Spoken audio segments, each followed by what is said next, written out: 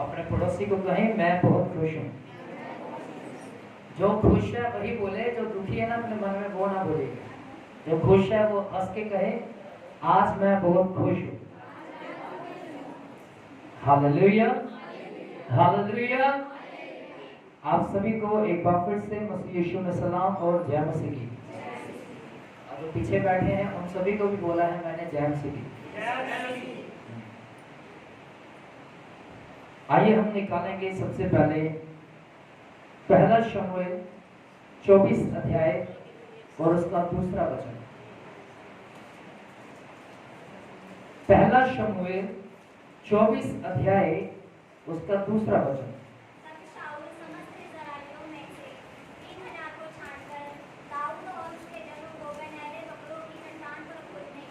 आगे जब वह मार्ग करके फिर शाऊल के पास पहुंचा, जहां एक गुफा थी, तब शाऊल दिशा फिरने को उसके भीतर गया। उसी गुफा के कोनों में दाऊद और उसके जन बैठे हुए थे। तब दाऊद के जनों ने उससे कहा, सुन, आज वही दिन है जिसके विषय में यहोवा ने तुझसे कहा था, मैं तेरे शत्रु को तेरे हाथ में सौंप दूंगा कि तू उससे मनमाना बर्ताव कर ले। तब दाऊद ने उठकर शाऊल के बागे की छोर को छिपकर काट दिया। इसके बाद दाऊद शाऊल के बागे की छोर काटने से पछताया। वह अपने जनों से कहने लगा, यहोवा ना करे कि मैं अपने प्रभु से, जो यहोवा का अभिषिक्त है, ऐसा काम करूं कि उस पर हाथ उठाऊं, क्योंकि वह यहोवा का अभिषिक्त है। Hallelujah, hallelujah. कितनों के पास सुनने वाले कान हैं? सुनाई दे रहा सभी को? आगे पीछे सभी को सुनाई दे रहा? लिखा है यहाँ पर 24 की 2 से लेके 6 वचन तक पढ़ा गया। अगर आपने ध्यान से सुना हो तो लिखा कि जो शाऊल है, इस्राएलियों का पहला राजा जो हुआ शाऊल, वो दाऊद को मारने के लिए निकला। किसको मारने के लिए? किसी को पता है कि दाऊद को क्यों मारना चाहता था वो? जिसको पता है वो सिर्फ अपना हाथ उठाए। जिसको पता है वो सिर्फ अपना हाथ उठाए। और इधर भाइयों में से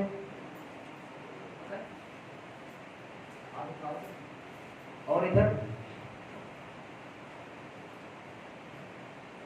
क्यों मारना चाहता था शाऊल दाऊद?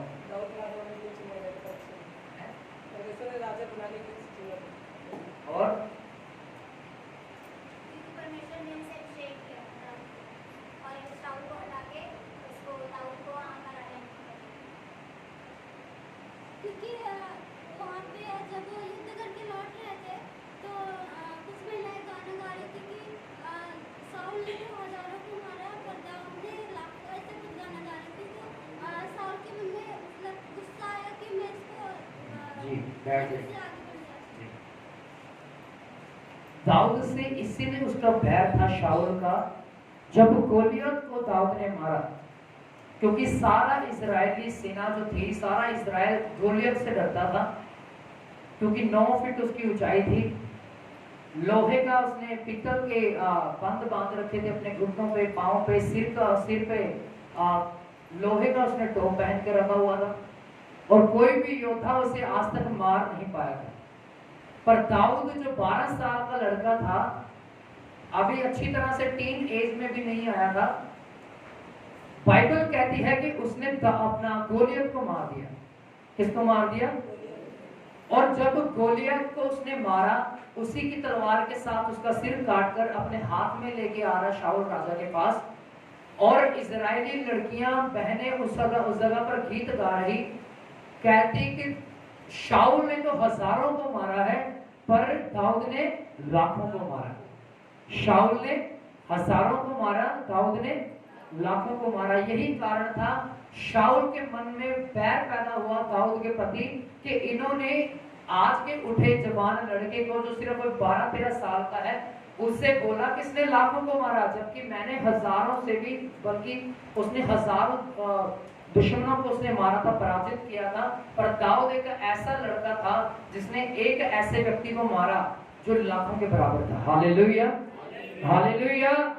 और इसीलिए शाऊल बाइबल में लिखा है कि दाऊद से बैर करने लगा, और जब मौका मिला शाऊल को दाऊद को मारने का, तो बाइबल में लिखा है कि दाऊद उसके ऊपर हावी हुआ। कौन उसके ऊपर हावी हुआ? कौन हावी हुआ उसके ऊपर? सभी बोले। जितनों के पास जुबान अपना हाथ उठाएं। जुबान है सभी के पास, तो सभी ने जवाब देना। जब आपको क्वेश्चन किया जाए तब आपको जवाब जरूर देना। किसके मन में बैर पैदा हुआ दाऊद के प्रति? किसके अंदर? क्यों? क्योंकि इजरायली लड़कियां गीत क्या गा रही थी? शाऊल ने तो हजारों को मारा और दाऊद ने कितनों को मारा? पर उसने कितने बंदों को मारा था? सिर्फ एक बंदे को। और इसीलिए क्योंकि परमेश्वर का अभिषेक, परमेश्वर की सामर्थ दाऊद के साथ थी, 12 साल का लड़का जो अभी 4 फुट का था उसके सामने, गोलियत के सामने, जो गोलियत था 5 फीट उससे अधिक लंबा था, यानी कि 9 फुट का वो था। जो दाऊद था उसकी हाइट अभी तकरीबन 4 से 4.5 फीट ऊंची थी। और बाइबल में लिखा छोटे से लड़के ने दोपहिया लिया, पत्थर उसमें रखा और घुमाया, और जैसे ही छोड़ा वो सीधा उसके माथे के बीचों बीच आके लगा, और वो अपना गोलियत तो उसी समय मर गया, उसी समय मर गया। Hallelujah, hallelujah. और बाइबल में लिखा तब ही से शाऊल दाऊद से बैर करने लग गया। और आगे मैं आपके लिए पढ़ूंगा 4 वचन को। पहला शमूएल 24:4 में लिखा, तब दाऊद के जनों ने उससे कहा, सुन, आज वही दिन है जिसके विषय यहोवा ने तुझसे कहा था, मैं तेरे शत्रु को तेरे हाथ में सौंप दूंगा कि तुम उससे मनमाना बर्ताव कर ले। तब दाऊद ने उठकर शाऊल के बागे की छोर को छिपकर काट दिया। अब ध्यान से सुनिए, यहाँ पर लिखा है जब शाऊल गया दाऊद को मारने के लिए, तब दाऊद के चेलों ने कहा, हे राजा दाऊद, यही समय है जो वायदा परमेश्वर ने तेरे साथ किया था कि मैं तेरे शत्रु को तेरे हाथ में कर दूंगा। उसने कहा, देख राजा शाऊल इस जगह पर है, हे राजा दाऊद उठ और शाऊल को मार दे। और बाइबल में लिखा कि अंधेरा था उस समय, उसने राजा शाऊल के बागे की छोर को पकड़ा और काटा। बागा था जो अपना कंधों से लेके पांव तक का जो लिबास रहता था उसे क्या कहा जाता था? बागा। क्या कहा जाता था? बागा। हालेलुया। लिखा है 5 वचन में, उसके बाद दाऊद शाऊल के बागे की छोर काटने से पछताया। वह अपने जनों से कहने लगा, यहोवा न करे कि मैं अपने प्रभु से जो यहोवा का अभिषिक्त है ऐसा काम करूं कि उस पर हाथ उठाऊं, क्योंकि वह यहोवा का अभिषिक्त है। अब ध्यान से सुनिए, लिखा है कि राजा जो दाऊद था, जब उसने उसके बागे की छोर को काटा, तब वह काटने के बाद पछताया। क्या किया उसने? पहले तो उसके बागे की छोर को काट दिया और बाद में पछताया। क्यों? क्योंकि उसको पता था कि जो राजा शाऊल मुझे मारने के लिए आया है वह मेरा कौन है? अगुआ है। कौन था वह? उसका अगुआ। वह उसका पासवान था, वह उसका टीचर था, उसका एक शिक्षक था जो उसे सिखाता था। और वो पछताया इसीलिए क्योंकि वह परमेश्वर के द्वारा नियुक्त किया गया था। शमूएल नबी के द्वारा शाऊल को खड़ा किया गया और शमूएल नबी के द्वारा ही दाऊद को भी खड़ा किया गया। पर जो सबसे पहले स्थान पर खड़ा था, यानी कि जो राजा शाऊल, वह अधिक आदर के योग्य था दाऊद की नजर में, क्योंकि वह उसका मेंटर था, उसका अगुआ था। Hallelujah, hallelujah. उसने अपने अगुए की अपने बागे की छोर को काटा और काटने के बाद वह पछताया, क्योंकि उसे मालूम हुआ, पहले भी वह जानता था, पर उसको ये इस बात का अफसोस हुआ कि मैंने अपने अगुए के खिलाफ अपना हथियार चलाया। Hallelujah, hallelujah. क्या चलाया? अपने अगुए के खिलाफ हथियार चलाया। पर दुख की बात यह है, हम इस करैक्टर से कुछ सीखते नहीं, पर आज ये समय है कि हम इस करैक्टर से, इस चरित्र से जो दाऊद का है और जो शाऊल का है, हम एक सीख लें कि क्या हमें जो मसीह में आपके अगुए हैं उनके खिलाफ खड़ा होना चाहिए या नहीं होना चाहिए? दाऊद ने क्या किया? हथियार तो उठाया, हथियार उठाने के बाद वह पछताया। क्या किया? वह भले ही शाऊल का जो मकसद था वह बुरा था दाऊद के प्रति, पर फिर भी दाऊद ने शाऊल का आदर किया, अपने अगुए का आदर किया। हालेलुया। आपका अगुआ भले ही कैसा हो, आपका अगुआ, आपका मेंटर, भले ही आप किसी भी चर्च से बिलोंग क्यों ना करते हो, चाहे मुझे बाद में इस वीडियो के जरिए सुनने वाले लोग हैं, चाहे कोई भी है, मायने नहीं करता है कि आपका अगुआ कैसा है। मायने ये करता है कि क्या आप अपने अगुए के साथ वफादार हैं या नहीं। हालेलुया। मायने नहीं करता आपका सिखाने वाला पापी है, मायने ये नहीं करता कि आपका जो सिखाने वाला व्यभिचारी है, मायने ये नहीं करता है कि जो आपको शिक्षा दे रहा है, मायने नहीं करता जो आप जिससे सालों से सीखते आ रहे हैं वह पवित्रता को छोड़ के आज पाप का वस्त्र पहन के घूम रहा है। पर मायने ये करता है कि क्या आज आप उसका आदर करते हैं या नहीं करते। दाऊद को पता था कि शाऊल पापी हो चुका है, उसने परमेश्वर की आज्ञाओं को तोड़ दिया है। दाऊद जानता था इस बात को कि शाऊल मुझे मारने के लिए आ रहा है, फिर भी उसको इस बात का अफसोस हुआ कि मैंने अपने अगुए के खिलाफ अपनी जुबान को क्यों खोला, अपने हथियार को क्यों उठाया। Hallelujah, hallelujah. सोने वाले बोलेंगे हालेलुया, जागने वाले बोलेंगे हालेलुया। यीशु महाराज की। कितनों के पास जुबान है? तो सभी बोलेंगे यीशु महाराज की हालेलुया। क्या यहाँ पर किया दाऊद ने? अफसोस किया, उसे दुख हुआ कि मैंने अपने अगुए के खिलाफ हथियार उठाया। अब आगे मैं आपके लिए पढ़ूंगा 26 वचन को। आपको पता है दाऊद के पास मौका था शाऊल को मारने का। इससे पहले कि मैं 26 अध्याय खुलवाऊं आपको, एक बार फिर से मैं 24 की 4 पढ़ के आपको सुनाऊंगा। लिखा है, तब दाऊद के जनों ने उससे कहा, यानी कि जो दाऊद के जो चेले थे उन्होंने दाऊद से कहा, सुन, आज यह वही दिन है जिसके विषय में यहोवा ने तुझसे कहा था कि मैं तेरे शत्रु शाऊल को तेरे हाथ में कर दूंगा, तो उससे मन माना बर्ताव कर लेना। तब दाऊद ने उठकर शाऊल के बागे की छोर को छिपकर काट लिया। अब ध्यान से सुनिए, ये जो मौका बना था, दाऊद ने जो हथियार उठाया, ये जो मौका बना था, ये परमेश्वर ने उसे दिया कि तू शाऊल को खत्म कर। पर दाऊद इतना नम्र व्यक्ति था, नम्र राजा हुआ, उसने अपना जो उसका जो अगुआ था, गलती होने के बावजूद भी उसे नहीं मारा। हालेलुया। आप समझ पा रहे हैं इस बात को? फॉर एग्जाम्पल, आपके पास 10 बंदे हैं और आपका जो बैरी है वह अकेला है, वह आपको मारने के लिए आया। क्या उस समय आप अपने 10 बंदों के साथ उसे मारने के लिए जाएंगे कि नहीं जाएंगे? बताइए, जाएंगे कि नहीं जाएंगे? मान लीजिए वो आपके ऊपर तलवार चलाने के लिए आ गया, तो आप अपने बचाव के लिए क्या करोगे? क्या करोगे? लड़ोगे कि नहीं लड़ोगे? बोलिए, लड़ोगे कि नहीं लड़ोगे? लड़ेंगे। Hallelujah, hallelujah. वैसे ही दाऊद के पास मौका था कि वह अपने बंदों के साथ, अपनी सेना के साथ राजा शाऊल को खत्म कर सकता था, पर उसने नहीं किया। और ये एक मजबूत मसीह व्यक्ति की निशानी है। किसकी निशानी है?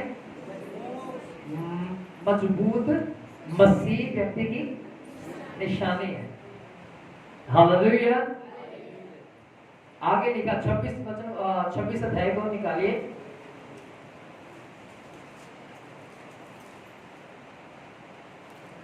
उसका एक वचन मैं आपके लिए पढ़ूंगा। लिखा, फिर जिप्पी लोग गिबा में शाऊल के पास जाकर कहने लगे, क्या दाऊद उस हकीला नामक पहाड़ी पर जो यशीमोन के सामने है छिपा नहीं रहता? तब शाऊल उठकर इजराइल के 3000 छांटे हुए योद्धा संग लिए हुए गया दाऊद को जीप में जंगल में खोजे।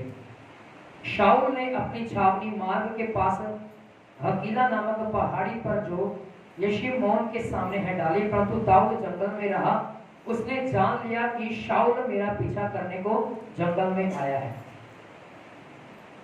4 वचन में लिखा, तब दाऊद ने भेदियों को भेजकर निश्चय कर लिया कि शाऊल सचमुच में आ गया। आप ध्यान से सुनिए, शाऊल को पता लगा उसके गुप्त भेदियों के द्वारा कि जो दाऊद है वह हकीला के जंगलों में रह रहा है।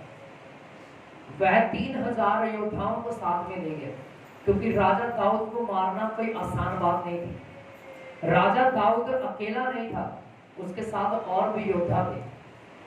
वह अकेला भी अगर लड़ता तो वह 3000 योद्धाओं से जीत जाता, क्योंकि परमेश्वर उसके साथ था। हालेलुया, क्योंकि परमेश्वर उसके साथ था। अगर तीन छोड़ दीजिए, अगर 3 लाख भी होते उसके सामने तो भी परमेश्वर उससे फतेहमंद करता, क्योंकि दाऊद परमेश्वर के साथ वफादार था, अपने अगुए के प्रति वफादार था, और परमेश्वर का हाथ दाऊद के सिर पर था। Hallelujah, hallelujah. पर यहाँ पर शाऊल 3000 योद्धाओं के साथ दाऊद को मारने के लिए हकीला के जंगलों में गया। जब दाऊद को पता लगा कि भाई अब शाऊल इस जगह पर भी मुझे मारने के लिए आ गया, तब उसने क्या किया? 6 वचन में लिखा, तब दाऊद ने हित्ती अमालेकी और सरूया के पुत्र योआब के भाई अबीशा से कहा, मेरे साथ छावनी में शाऊल के पास कौन चलेगा? अबीशा ने कहा, तेरे साथ मैं चलूंगा। दाऊद और अबीशा रातों रात उन लोगों के पास गए। क्या देखते हैं कि शाऊल गाड़ियों की आड़ में पड़ा सो रहा है, और उसका भाला उसके सिरहाने भूमि पर गड़ा, और अबनेर और योद्धा लोग उसके चारों ओर पड़े हुए हैं। इतना समय नहीं है कि मैं आपको पूरा अध्याय पढ़ के सुनाऊं। अगर आप इसे पढ़ोगे तो आगे लिखा, शाऊल गाड़ियों के बीच में सो रहा था, और उसका जो भाला था जमीन में खुदा हुआ था, और शाऊल बड़े आराम की नींद सो रहा था। दाऊद और उसके संगी लोग उस छावनी में उतरे, उस जगह पर गए, और उसने भाला उठाया शाऊल का। शाऊल को भनक तक नहीं लगी कि उसके दुश्मन, जो असल में उसके दुश्मन नहीं थे, वो उस छावनी में प्रवेश किए। पर उस समय भी दाऊद के पास पूरा मौका था कि वह शाऊल को मार दे, क्योंकि शाऊल जो था गहरी नींद में सो रहा था। उसके जो शाऊल के जो लोग थे, उसके चेले थे, वो भी उसके पास खड़े खड़े सो रहे थे। जो उसकी रक्षा के लिए खड़े थे वो भी सो गए। और बाइबल में लिखा, दाऊद आता है, उस छावनी में प्रवेश करता है, और वह उसके भाले को उठाता है और भाला उठाकर ले जाता है। दाऊद को यह भी पता नहीं लगता, और सॉरी शाऊल को यह भी पता नहीं लगता कि उसका भाला उठाकर कोई ले गया। और ये मौका था दाऊद के पास। दूसरी बार दाऊद को मौका मिला कि वह शाऊल को खत्म करे, पर शाऊल को उसने खत्म नहीं किया। क्यों?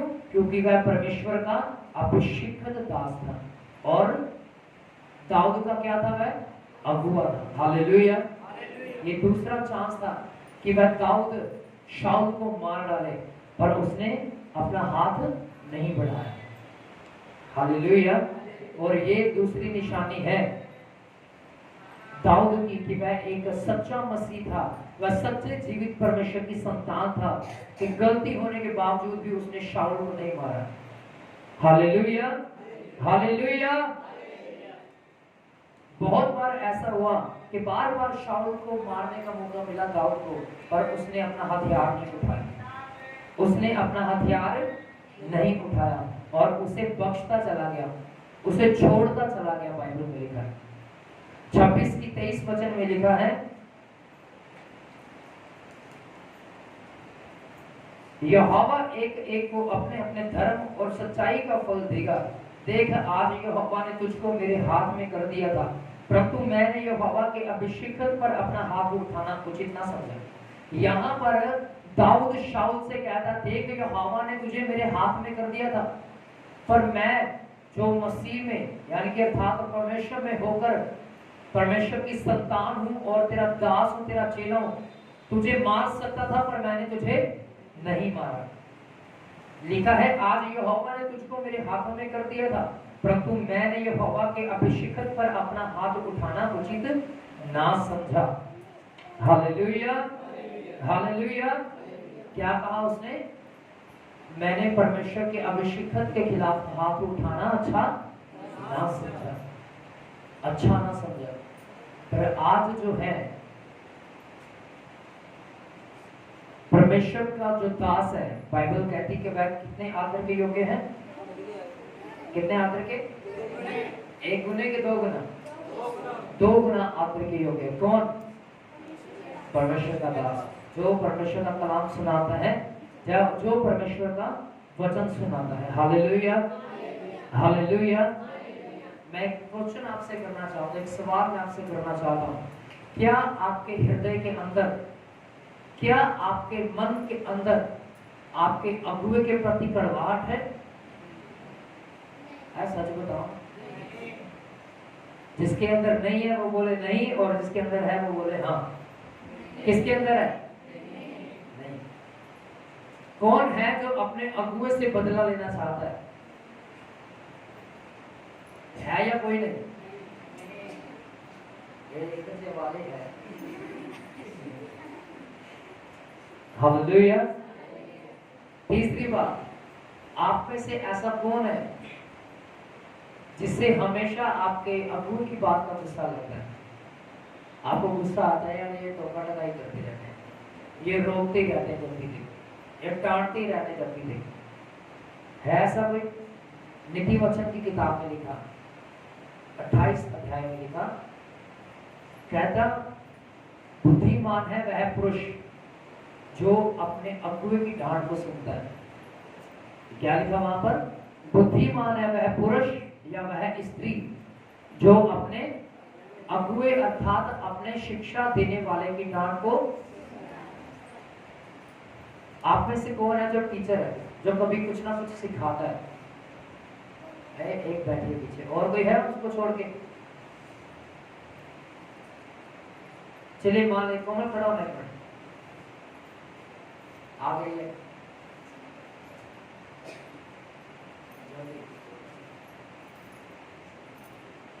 उस तरफ मुंह करिए। जब आपकी क्लास में बच्चे मस्ती करते हैं या कोई गलती करते हैं, तब आप क्या करते हैं?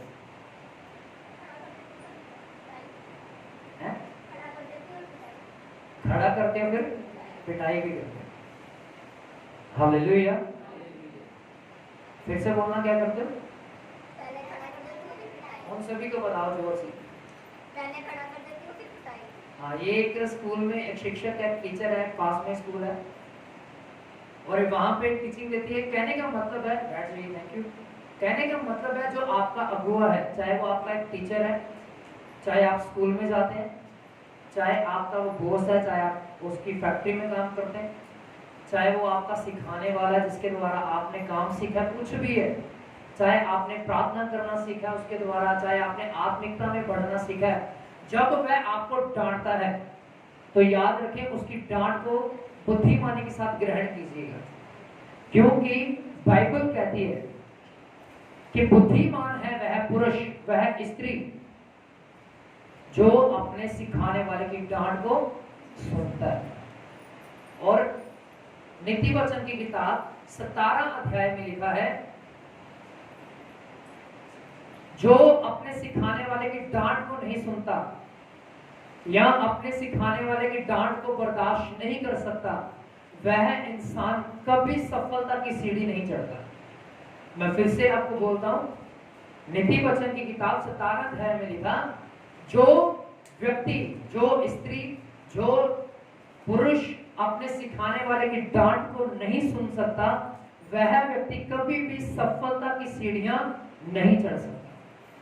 जो मसीह में है, जो आपके अगुए हैं, स्कूल में आपके टीचर हैं, चाहे वो आपका फैक्ट्री में आपके बॉस हैं, चाहे कोई भी है, जिसे बोलते आपकी भाषा में बाऊ, आई थिंक ऐसा कुछ, अगर वो आपको डांटते हैं, अगर आपकी गलती है या आपकी गलती नहीं भी है, तब भी उसकी डांट को सुन के ग्रहण कीजिएगा हमेशा, क्योंकि उनकी डांट के पीछे आपको कुछ सीखने को मिलेगा। जब आप कुछ किसी को सिखाने पर होंगे तब आपको महसूस होगा। फिलहाल हमारे जो अगुए हैं, बिशप सत्यान मसीह, आज तक उन्होंने हमें कभी डांटा नहीं है। हमने आज तक ऐसा कुछ किया ही नहीं है कि हम उनसे डांट खाएं,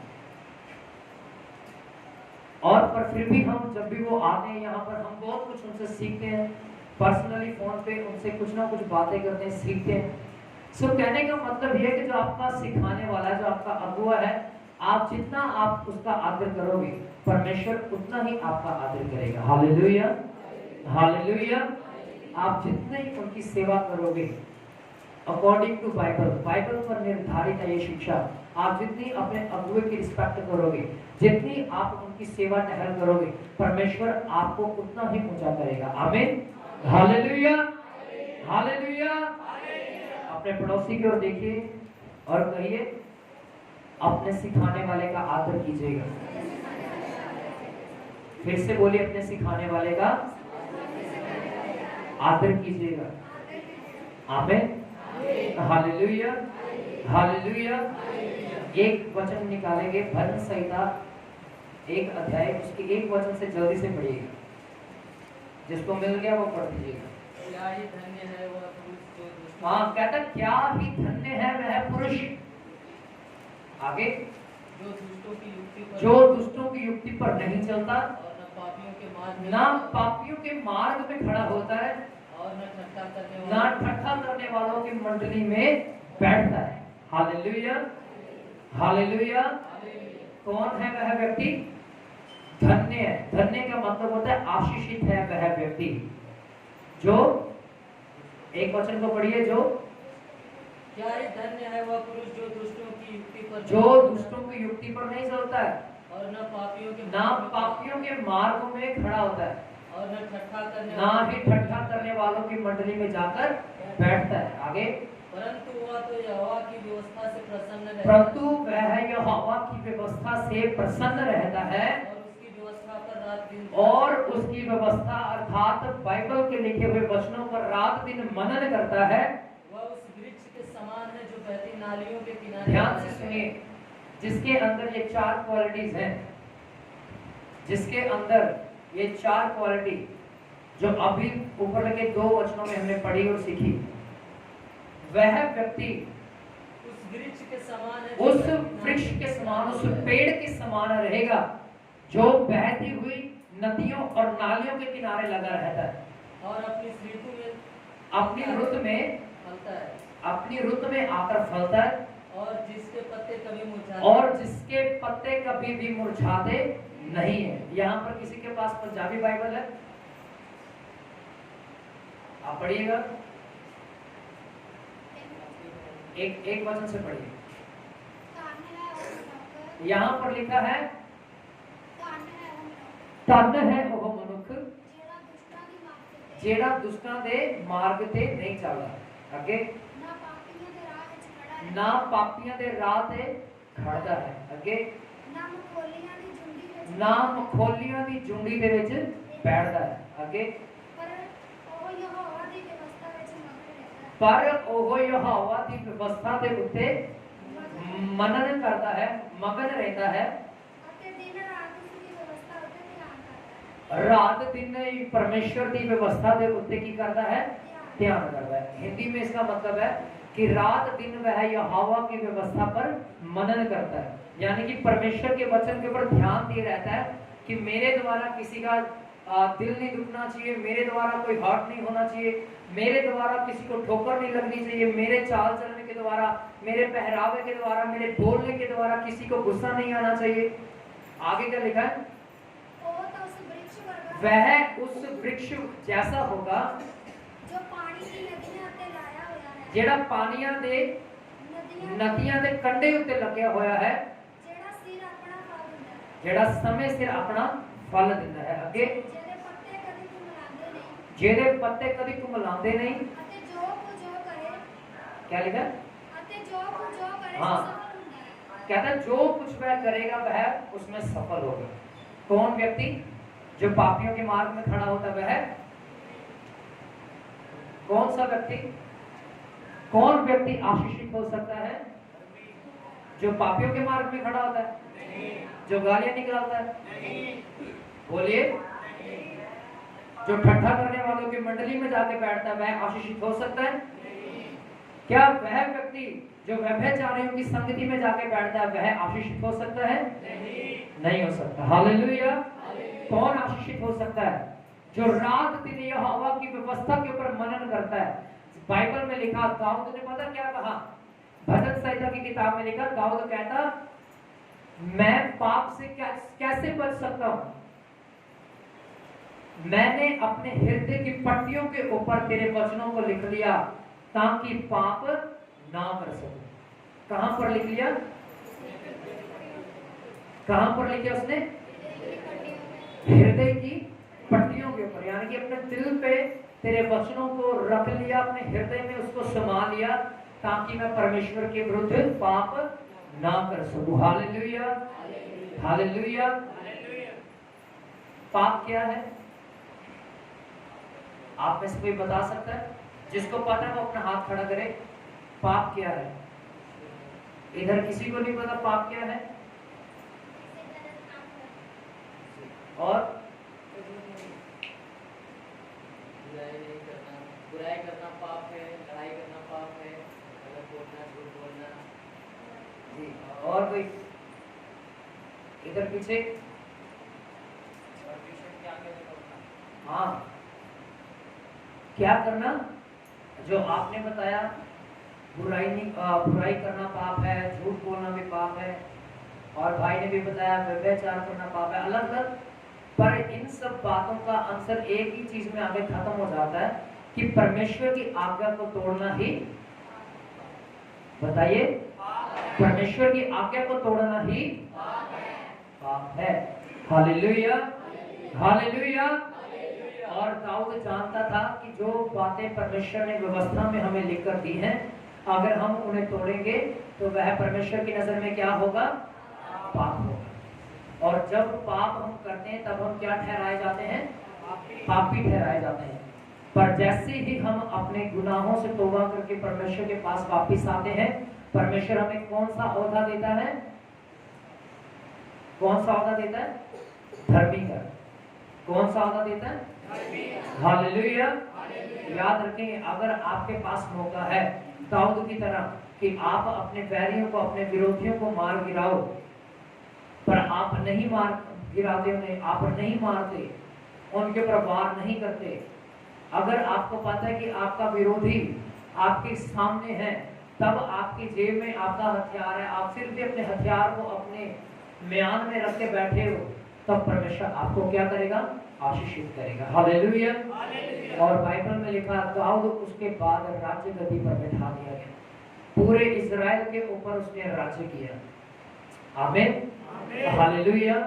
अगर वह अपने अगुए के ऊपर हथियार उठाता, अगर उसे मार डालता, तो मैं यहां तक समझता हूं कि वह इस पदवी तक कभी ना पहुंचता।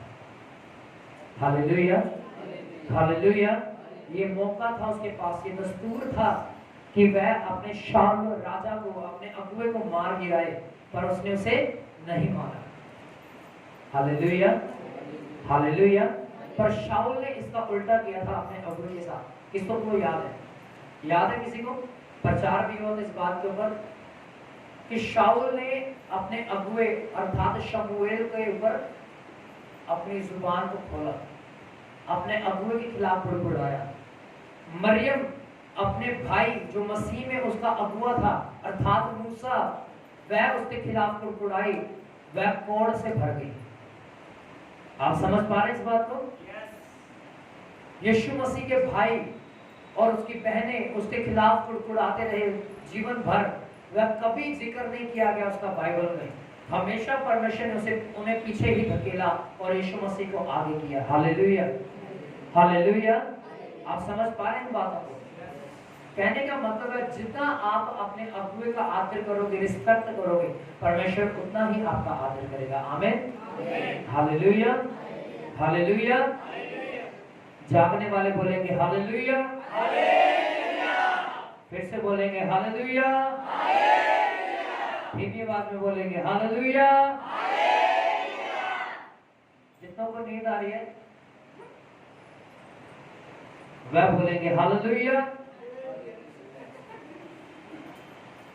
जितनों को नींद नहीं आ रही वे अपने दोनों हाथ उठा के बोलेंगे हालेलुया, हालेलुया। बोलो बोलो शिव महाराज की। यीशु महाराज की हालेलुया। समझ आया कौन आशीषित हो सकता है? धर्मी धर्मी कब गिने जाएंगे? जब परमेश्वर की आज्ञाओं के अनुसार चलेंगे। मौका मिलने पर भी अपने बैरियों के ऊपर हम अपना मुंह नहीं खोलेंगे, अपनी जुबान नहीं खोलेंगे, उनके सामने शांत रहेंगे, तब जाके परमेश्वर हमें क्या करेगा? आशीषित करेगा। पापियों की मंडली में जाके नहीं बैठेंगे, चुगली करने वाले ग्रुपों में जाके लड़कियां नहीं बैठेंगी, बहनें नहीं बैठेंगी, तब आशीषित होंगी। भाई जाके नशा करने वाले की मंडली में नहीं बैठेंगे, पापियों व्यभिचारियों की मंडली में नहीं बैठेंगे, तब क्या होंगे? आशीषित होंगे। हालेलुया। कितनों को वचन समझ में आया? जितनों को समझ में नहीं आया बोले हालेलुया। जितनों को समझ में आया बोले हालेलुया। सभी अपनी आंखों को बंद करें, अपने हाथों को उठाएं, अपने घुटनों के बल पे आ जाइए। सभी अपनी आंखों को बंद करके अपने घुटनों के बल पे आ जाइए, अपने हाथों को उठाइए। ये 2 मिनट मैं आपको देता हूँ कि आप प्रार्थना करें इस वचन के द्वारा कि परमेश्वर मैंने यहाँ जो सीखा है इस वचन के अनुसार मुझे चलने का अनुग्रह प्रदान करें। मुझे सामर्थ्य दीजिएगा कि मैं इस वचन के अनुसार जी सकूं।